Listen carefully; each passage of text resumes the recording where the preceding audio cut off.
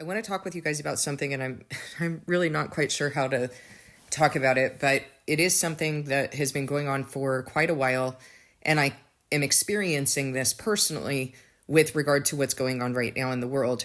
The ideas that we dealt with in critical race theory or more recent, not that these are recent ideologies, they've been going on for quite a while, especially when I was in university, I really was contending with them, but the idea that by your race, you suddenly belong to a group of people who have a particular character, are responsible for the atrocities that have been committed in your so-called race group. My family wasn't even here in America. My mother lived in Argentina. She was born in Argentina. My grandmother was born in Argentina. The rest of my family was born in Italy. But phenotypically, if you're white, then you must have done X, Y, Z. Even if my family were here in the United States, it does not mean that they're complicit in the atrocities of a race.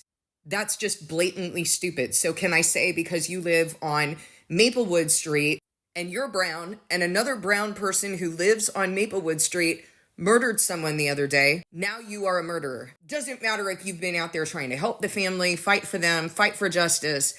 Doesn't matter anything that you do. You are a murderer based on your proximity to the murderer and your shared race. Maybe also your shared gender. This is stupidity. And anyone calling themselves Christian should recognize that nothing about this is in the Bible. This is a battle of good and evil, Christ's kingdom versus the Antichrist kingdom.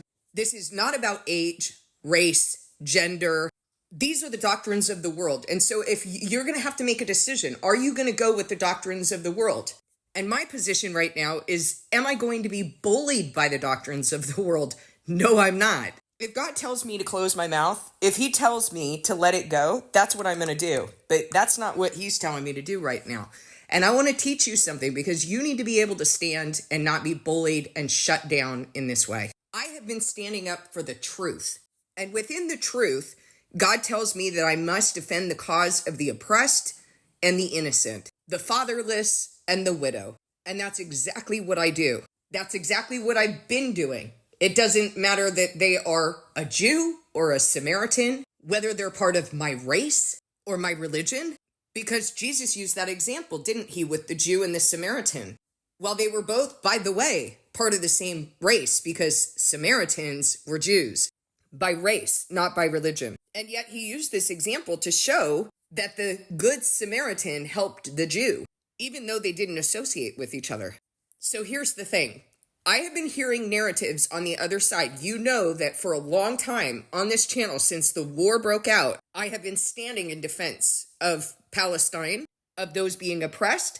I have stood in defense of Lebanon. Since Israel started turning on Lebanon, I have stood in defense of what is right. But there are people who say things like everybody in the West, who, by the way, don't want to fund any war, whether they agree or not. They don't want to fund any war with their tax dollars. So on a basic, at the very least, we don't want to be giving our money to what's going on right now. But there are a lot of us who are putting our lives on the line, our jobs on the line, our families, teaching our children to do the same in order to stand for what is good and what is true and what is right. To make no mention of the fact that at the end of the day, no human being is responsible for what's going on with you.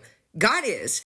You go and take that up with God. But there are people who are lashing out and saying that every white person in the West is complicit in this, or every citizen in the West is complicit in this genocide. And that is blatantly not true. And I'm going to tell you why it is that I take such offense to that. First of all, I don't go around calling people terrorists because they belong to an ethnic or religious group. I discern people based on their behavior, not the color of their skin. But yet those are the people who do that are the very people who call everybody else racist, and yet that's what they're doing. And I'm not going to be bullied by it, nor should you. So if people start trying to shut you down and shut you up based on the color of your skin, based on where you live, and then telling you that you're not allowed to say anything because you're not the one being bombed, and then calling you ignorant, because this is what I've been dealing with today, by the very rationale that they're using, the ignorant rationale that they're using, what they are claiming is that if you had a bad day, you can go home and kick your dog because you're not the one being bombed. I am offended by this because I am putting my life on the line, my reputation. You know that I'm going to die next year. I am teaching my children to do the same. And not only I, but many journalists are doing this. Many white people in the West are doing this. They're being jailed at pro-Palestinian protests. They're being killed on the Gaza Strip. Many people have gone to the defense of what is right. And it is deeply offensive and shameful that people would sit there and say, oh, give me donations, when they just got done accusing people based on the color of their skin of being racist and not doing enough to help them. If you're being bombed, if you have PTSD, you have trauma, guys, how many times do people try to do this? And this is what we're dealing with woke people. Oh, because I'm LGBT, I've been marginalized my whole life and it's all of your fault. Because I've had trauma in my life, I can behave like an impetuous, terrible person to the very people who love me. It's okay for me to come home and lash out because I'm having a bad day and I have trauma. That's the logic that these people are using. Don't be silenced by it. Call it out. Expose them for their shameful nakedness. This is nonsense. I'm sick of it. I am offended by it because I'm actually doing something. And the people who are not offended by it, it's because they're not. Because they're not doing something. They're not emotionally invested. And the weird thing is, those are usually the people who are like, oh, you're so ignorant. He's being bombed every day. Yeah, that doesn't give him the right to accuse me of being complicit in genocide.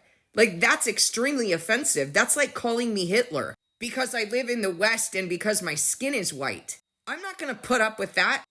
It's unacceptable. I know I'm not the only one dealing with this, so that's why I'm doing this video. Because this is blatantly unacceptable. I don't accept it and I will not be silenced by it. And I feel like some people may need to hear that. Like, you may need to hear that it's okay for you to say, no, I'm not going to accept that. And to defend yourself and not be silenced by the actual racist and the actual ignorant people. We as Christians need to know when it's time, when it's appropriate to speak up and when we need to be quiet. There are times, and this is biblical. There is biblical precedent for that. There are times when Paul stood up and he said, no, that's absolutely not true. And when, in this kind of a situation, when you're just being quiet and everyone feels like, oh, I can't say anything because we're talking about race here and I don't want to be called a bigot. In this particular situation, I believe that it's important to stand up and say, no, you're not going to silence me from speaking the truth. You're not going to tell me that my contribution has no place here based on the premise that I am in proximity to murderers and that I have the same color skin as murderers. That's absurd. What I have to say needs to be heard. And I'm not going to endure abuse from someone who doesn't even know who I am or what they're talking about. So we do, as Christians, have to discern by God's Spirit when it's time to speak up and to clarify certain things, when it's time to dust our feet, when it's time to close our mouths. Please discern this message with God.